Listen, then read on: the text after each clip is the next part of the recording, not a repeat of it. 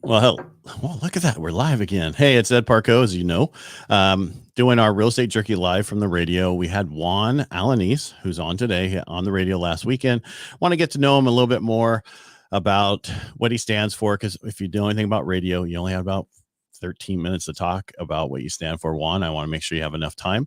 And then at the end, we're going to ask you to say why people should vote for you. Okay. You good with that? Yeah, sounds great. Do you accept the challenge today? Challenge accepted. All right. So yesterday was Memorial Day, which is for people who, ultimate sacrifice. That's why I'm wearing my PTSD awareness today.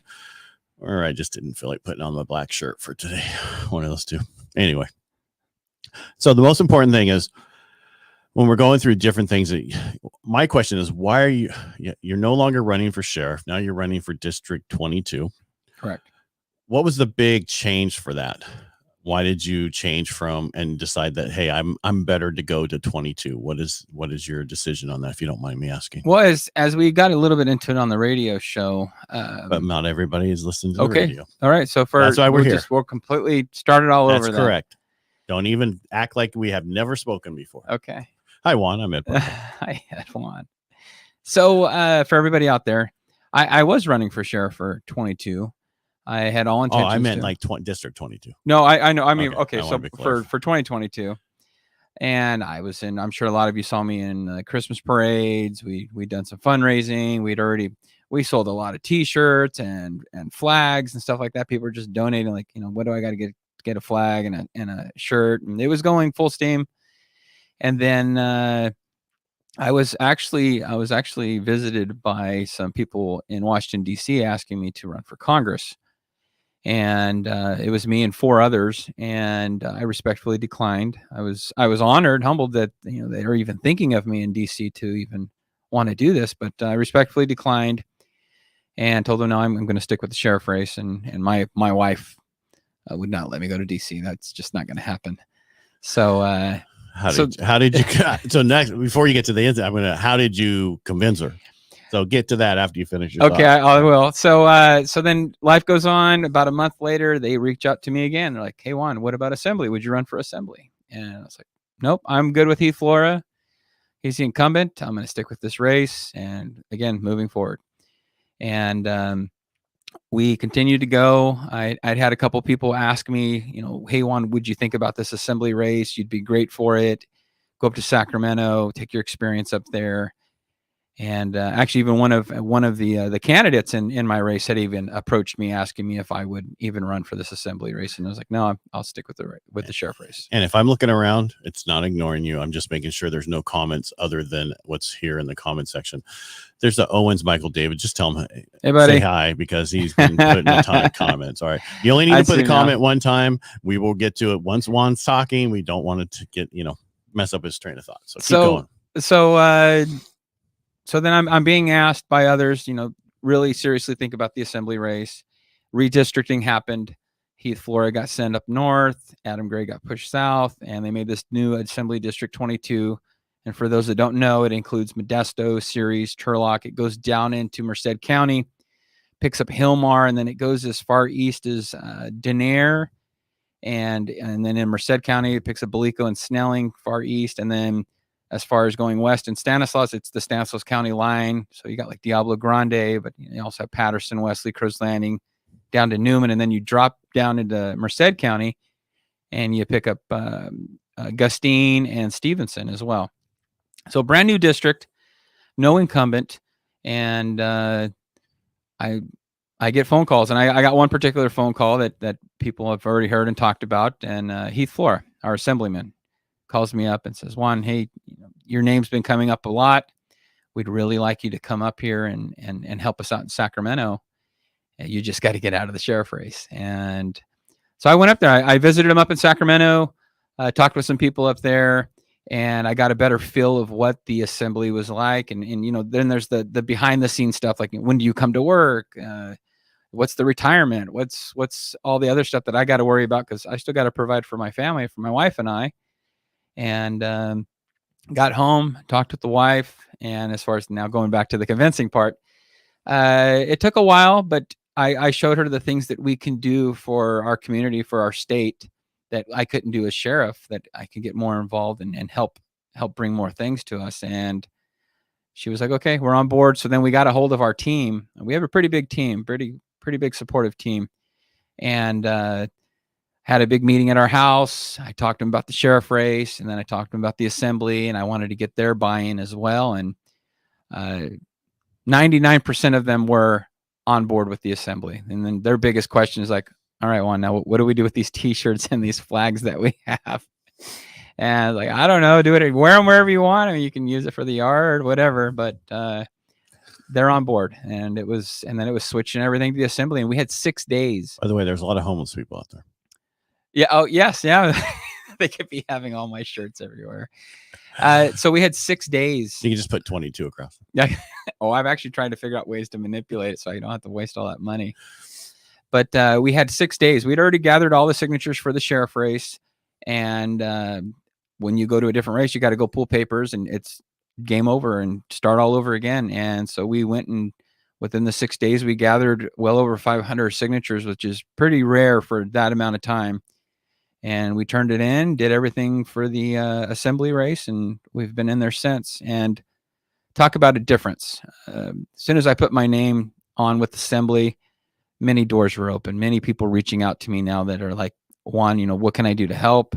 This is a great choice. This would be great. You're great for our community. And then people that had to choose between myself and Jeff Dirksey no longer had to make a choice anymore. And it was kind of a win-win situation for everybody, especially my department. No more having to worry about who they're supporting or who they're with. Now everybody can just be happy again and move forward. And I don't know if you guys are falling too much in as far as the financials. We did great on that. When I ran for sheriff, it was for 10 months. We raised about $100,000. And with this race, within 3 months, we were already at like 147. And so we outraised all of my opponents in the race. And some of them we doubled, some of them we tripled. And the community's support has been very, very helpful. And I'm very appreciative, and I feel very blessed. Great. One question, then I want to kind of get into what's your top things that you want to focus on. If you win, are you retired? What happens with your sheriff's department? Are you no longer with them? How does that work? So that's kind of a gray area. And Owen, I see you have it also. Thank you for asking. I'm hitting 2 questions at the same time. Got it. All right. I was told originally when I went up to that first meeting up there to go meet Heath Flora, I was asking, like, do I get to stay as a cop? What happens to me? And at first it was, no, you can't be, period. Well, then I found out that there was an assemblyman up there that's a reserve with the Sacramento County Sheriff's Department. He's actually running for Sacramento County Sheriff as we speak. And I was like, well, wait a minute. If he's able to do that, why can't I do that in mine? And they're like, okay, well, maybe you can. And so then questions started getting asked. Yeah, but reserve's different. That's not full time. It's not. And it would still allow me to come back and still serve my community when I'm not up in Sacramento, which I like and I would enjoy. But because then you can get out with the real people and figure out what's going on. I could still stay in tune when I go up to Sacramento and speak on my experience. It could still be current experience. I like that aspect as well. Otherwise, you're going to get Juan, you were a cop, 5 years ago, 3 years ago. And so at least now I can stay current with what's going on and actually know what I'm saying and talking about with these laws as far as putting them into practice. So as far as my future, obviously I hope I win this race, and I hope I am able to serve our community up in Sacramento. And if I do, then most likely it will be me retiring. But not going in reserves? If that option's available, I've already had our undersheriff say that I could stay as a reserve. Ultimately, it's going to be up to the boss and see what he says. But I would hope that he would take at least our undersheriff's recommendation. Okay. All right. So what's your number one thing you want to focus on when you go up to Sacramento? So my number one thing is going to be the laws. Obviously, that's where my expertise is. That's where my experience is. I've seen how these laws, although maybe good intentions up in Sacramento for them, put into practice, have not been helping any of us. I've watched businesses crumble. I've watched criminals walk, and they laugh. They know it. Did you see what happened at the Forest store over the weekend up in? I did not. Yeah, the same thing. People in there just loading up trash bags with all the Sephora stuff and walking out. Not even running anymore. No. So those that's going to be my major one, and that was my original why I want to go up to Sacramento. But all the trips I've had, probably 10 or so trips up to Sacramento, speaking with different groups, and my why is getting bigger and bigger. I'm learning more and more about this state and what we have and what we're not doing, and it makes you wonder why certain things aren't put in place. And I want to help with those.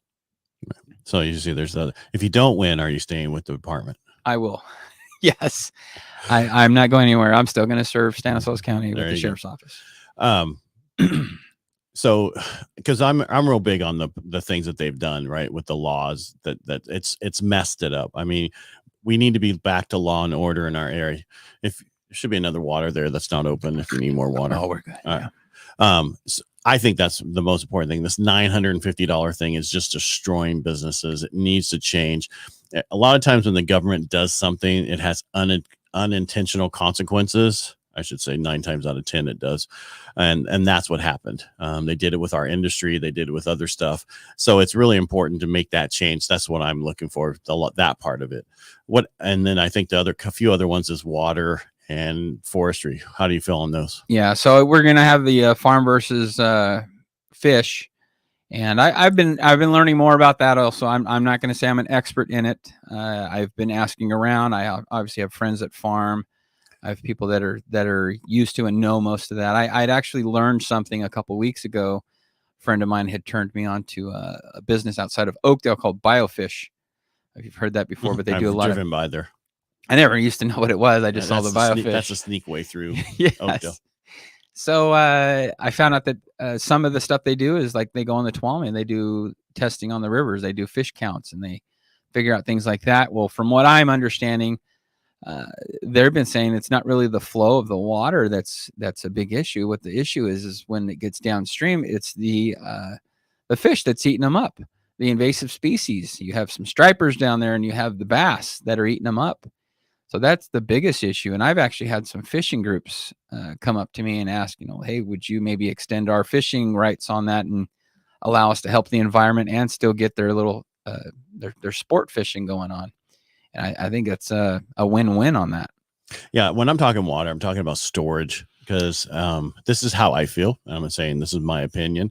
I feel that the current administration wants us always to have a water crisis and wants us to always have a forestry issue where it's burning. Because if you have those two issues, then they can push their own agenda. That's just my opinion, because we have things in place to go ahead and build water storage that's been there since 2019 that has not started, and different groups have started. I think that's what a lot of people are focusing on when they're talking about water. I don't think a lot of us are focused on the farm versus fish. I know that's what you were talking about, but I'm not discounting what you're saying. I'm just saying it's the storage that we need, because we had a huge rainfall during December that could have got us through all this. But now we're in all of a sudden, oh my gosh, we're going to have to cut back and you have to reduce by 15 or 12 to 15%. If you don't, then I'm going to be real meanie. That's the governor, by the way. I can't say what I really want to say. But. So yeah, I completely agree. We've obviously voted many times to say that we wanted storage and it hasn't happened. Obviously we had no problem. Well, I say some people up in Sacramento, no problem building that bullet train. That obviously came really quick, fast, in a hurry, but I didn't see anything as far as us building any dams or anything like that. I want to say the last dam we built was in 1980, which was New Maloney's. Right. And our population has grown like double, triple since then. Right. Well, there is one from 2019 about building this one, and I don't know off the top of my head. I'm sorry. I've only been home for about 30 hours. I'm a little tired from my trip.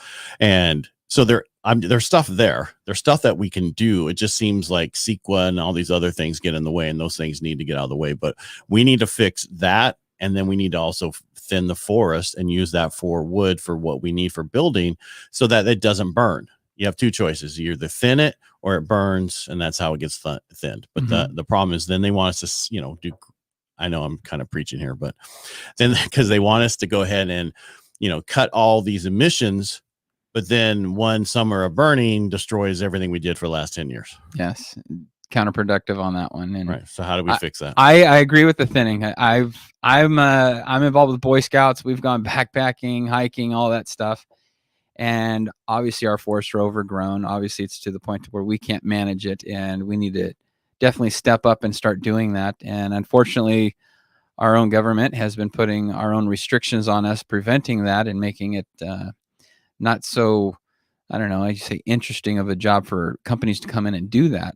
So that's some of the red tape that needs to go away. And otherwise, you're just going to watch all that wood get burnt. Obviously, I know you want to build a house eventually. I'm trying to build a small house, and our lumber prices are going up. And we just watched it on the news burn up hundreds of acres at a time, when we could have already been using those for our resources and not even have to worry about going outside of our state.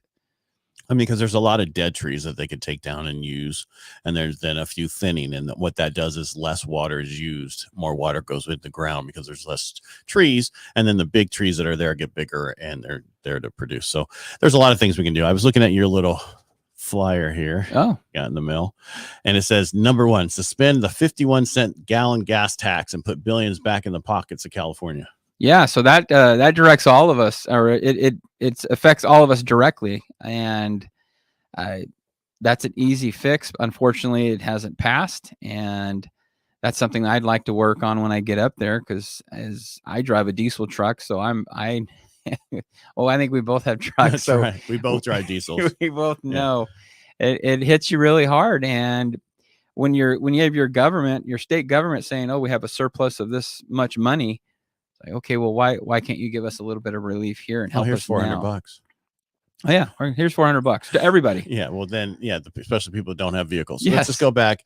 There's a lot of things they can do, and I don't agree with everything that's gone through the last few years. I think there's a lot of change that need to be made.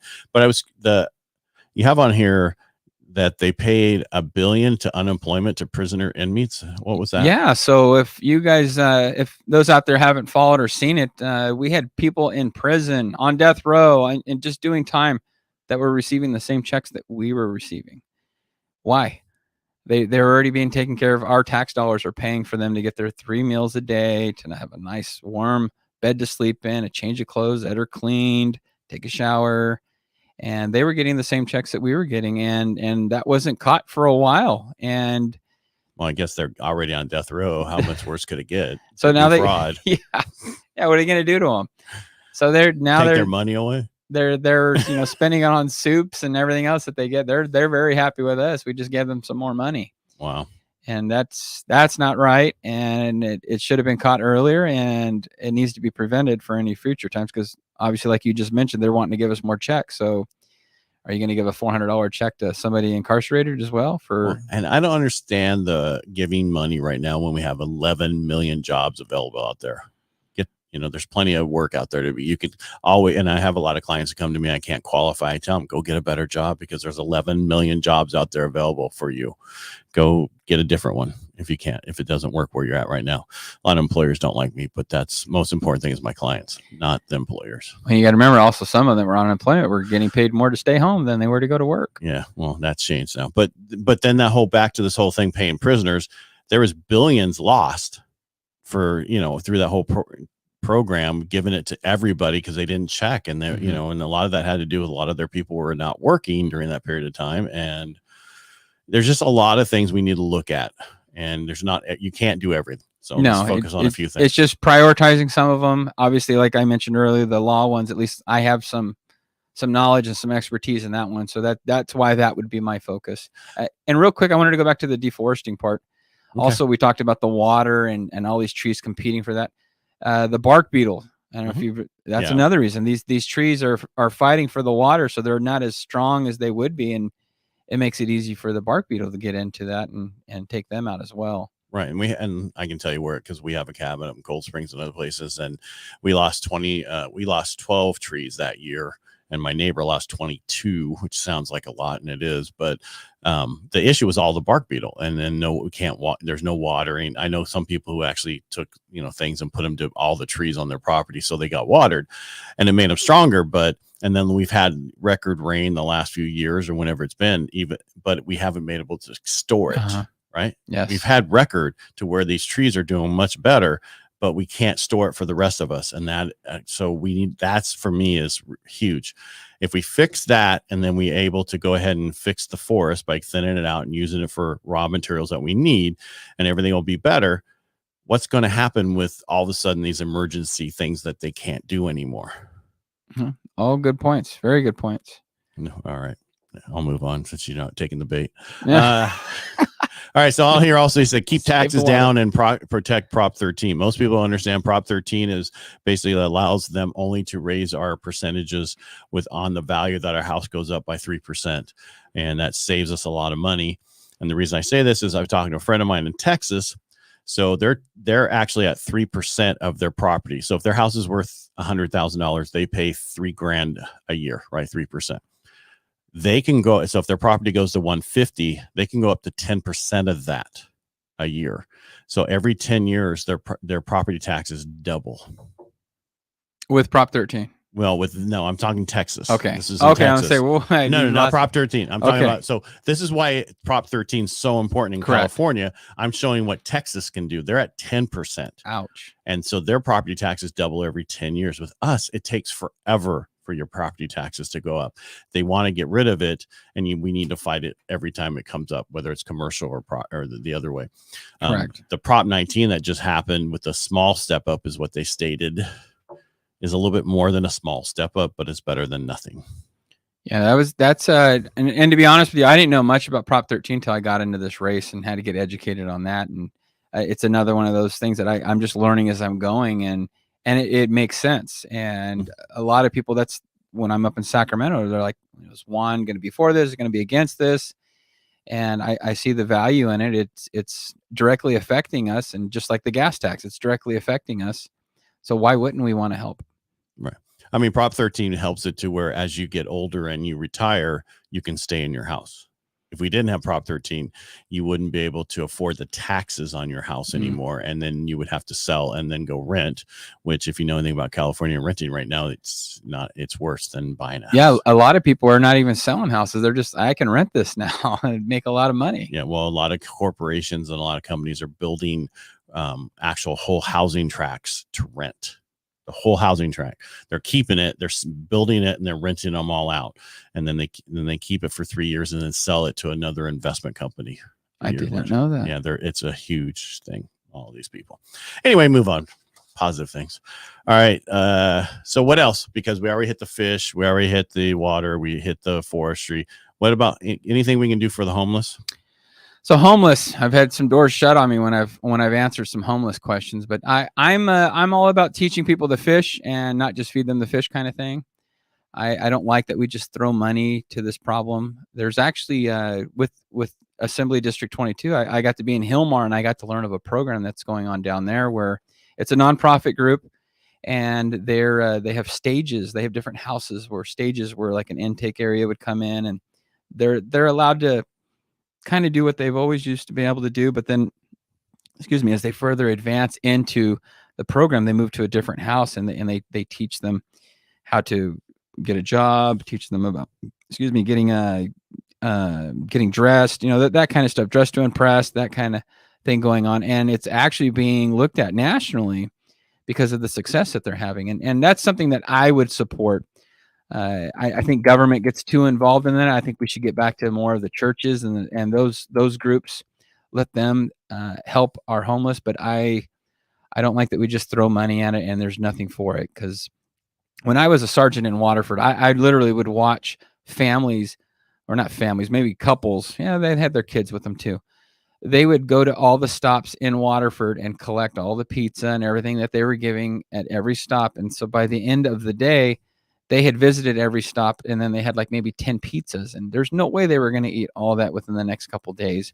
And it just became garbage. And I remember also going to a Stanislaus County, and I don't remember what the name of it was, but they actually started bringing people together. And I really enjoyed the idea, because you have all these, everybody has silos, right? I'm going to do my thing, you're going to do your thing. And it's just counterproductive, because now the ones receiving services are basically knowing what they need to go to. Like, oh, I know if I go see Ed, he's giving out sodas and stuff on this day, and I can go see Juan, and he's giving pizzas on this day.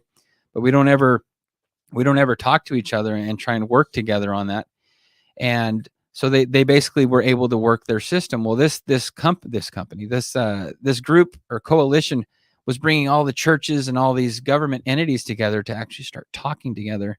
So we were working as one and not just silos. And I'm not sure if that's still going or not. And somebody out there may be able to give me some advice if it is or not. But I thought that was a great idea. And it in my mind, it wasn't just throwing money away. It was actually making our money work for them so they can give back to society. Right. And going a little bit further, I think we need to reinvest the money that we're not take all the money that we're going to give to homeless or we're giving to homeless, but reinvest in our youth.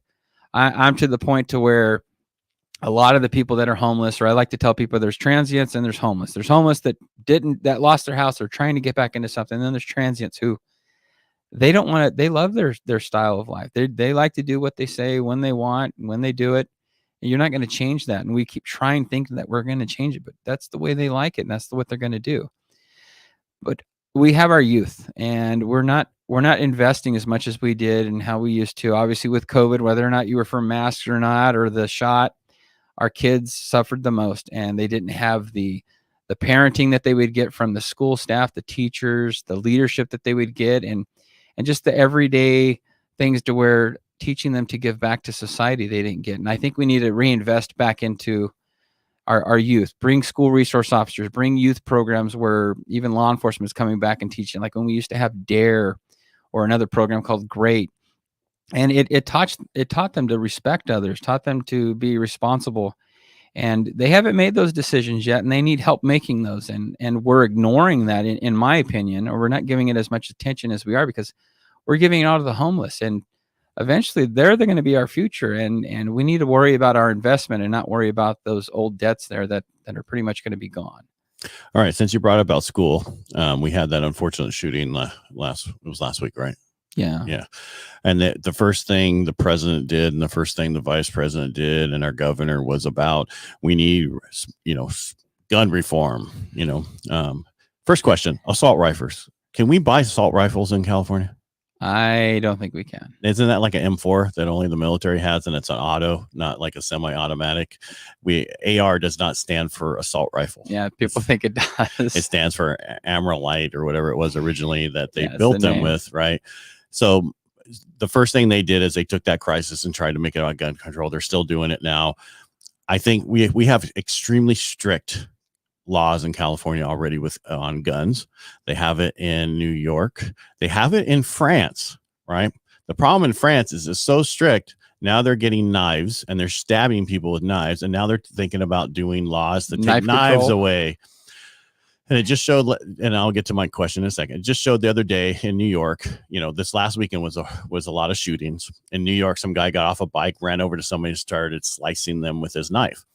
What I'm getting at is people with mental illness has issues. It doesn't matter whether it's a gun or a knife or a car or whatever. If they want to do what they want to do, they're going to get it. Mm-hmm. How do we fix that? How do we fix that problem?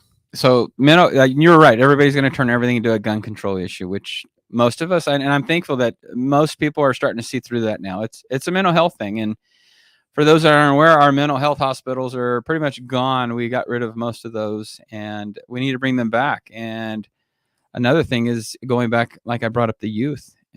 You can find early detection on mental illness there too, and help them through crisis that way. That helps a lot. And people don't realize it, but it does. And so we can get to it early, treat them early, and work on groups or individuals, whatever we need to do there. But as far as more into the mental health, they're all over the place. You see them talking to themselves, you see them yelling at the wall, and obviously they have that issue. And those are I don't want to say those are necessarily all the transients, because some of them don't even have a choice in that because they don't even know what they're doing. But as far as like conservatorships, we need to work on. We need to also work on. We had a mental health court here in Stanislaus County. We do have one for the veterans, which I'm very proud that we do have here, where we're actually reaching out to veterans and helping them. I know we have our VA here, and I know we have like our American Veterans First groups that are also helping with that to help our soldiers. That obviously, I mean, it was just Memorial Day weekend, so you would think that would be a big focus. But as far as mental health in general, we kind of ignore it. It kind of reminds me of like the homeless thing. We just kind of just throw some money in and hope that it goes away, but it's not. So I think the biggest thing is getting to them young. Go to those youth programs again. Start there. Start being mentors, reaching out to them. I think that would help a lot of what's going on, because one of the biggest issues in our society now, in my opinion, I've told this to a lot of people, is parenting. It's unfortunately now this is what our parenting is now. We just hand them a phone and they can see the whole world. And if you noticed, a lot of people aren't even getting driver's license now, because I know when you got your license, I know when I did, that was my way to go see the world. I couldn't wait when I turned 16 to get my license. Now they can care less, because they can see it right here in the palm of their hands. And they get Ubers if they don't need it, or Lyfts. And they can Uber, yeah, they're Lyft, and they get the ride that way. So they have the food brought to them. Or the food brought to them. Yeah, everything can be. If you ever seen the movie WALL-E, I recommend people watch that, because that's basically where we're going to. We're just going to sit in our chairs and everything's going to be done through the TV, and our food's going to be brought to us.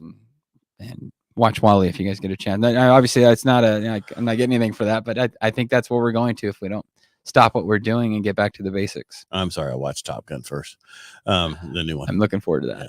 Yeah. So I just wanted to throw that out there, because a lot of people push the gun control, and guns don't kill people. People kill people. They'll figure a way out. We need to focus on what those issues are.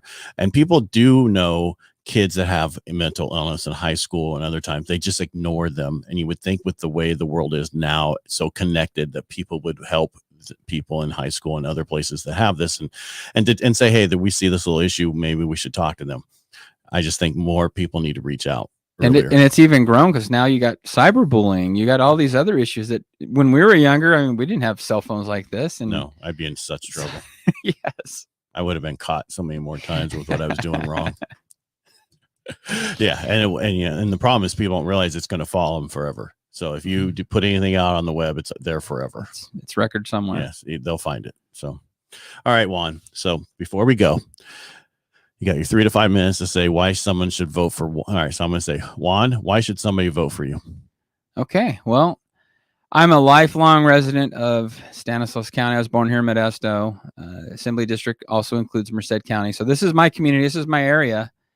I grew up here. I was a Boy Scout here. I went to high school here, junior college. I went to Stan State, and I'm homegrown. And this is my community.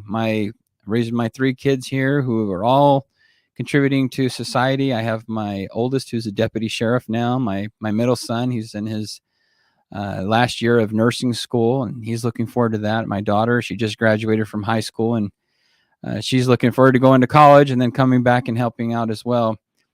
My wife and I are still involved with Boy Scouts, and we believe in mentoring and helping our youth to help them become better people. And I feel that way with Sacramento. I think I would like to do as much as I can to bring our community what we need, what we deserve, and the state in general. I have 27 years with the sheriff's office, and I've learned a lot. I've unfortunately experienced some things that people shouldn't experience, but I've experienced a lot of good things, and I've seen our community come together, especially in times of crisis or when it's needed. And we have a great community worth fighting for.